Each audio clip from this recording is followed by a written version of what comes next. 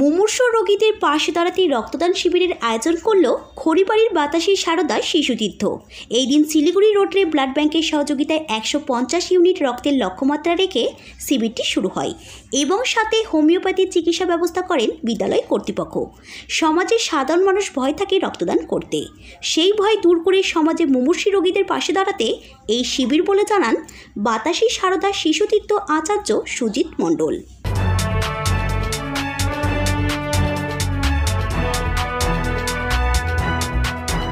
রক্তদান জীবনদান।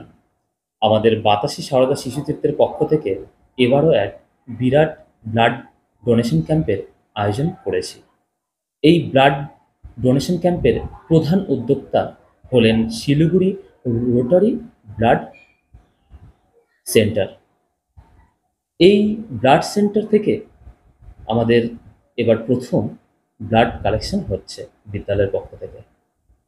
তো আমাদের সমাজে একটা ভীতি রয়েছে ব্লাড দেব, তো তাই সেই ভীতিটা দূর করার জন্য আমরা ব্লাড ডোনেশন ক্যাম্পের আয়োজন করেছি, যাতে সমাজের মানুষ রক্ত দিয়ে সমাজের যে সকল মুমূর্ষ রোগী আছে তাদের পাশে আমরা গিয়ে দাঁড়াতে পারি।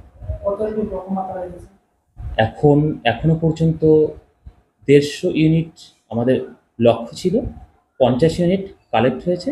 আশা রাখছি 2.5টার মধ্যে আমাদের লক্ষ্য পূরণ হয়ে যেতে পারে। এখানে রক্তদান ছাড়া রয়েছে হোমিওপ্যাথি চিকিৎসা, এক বিশেষজ্ঞ রয়েছেন হোমিওপ্যাথির।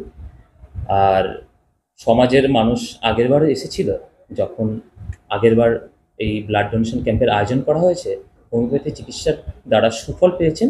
তাই এবারও হোমিওপ্যাথি চিকিৎসার আয়োজন করা হয়েছে, তো সমাজের মানুষ খুশি। আমার নাম সুজিত মণ্ডল, আমি বাতাসী সারদা শিশুতীর্থের একজন আচার্য।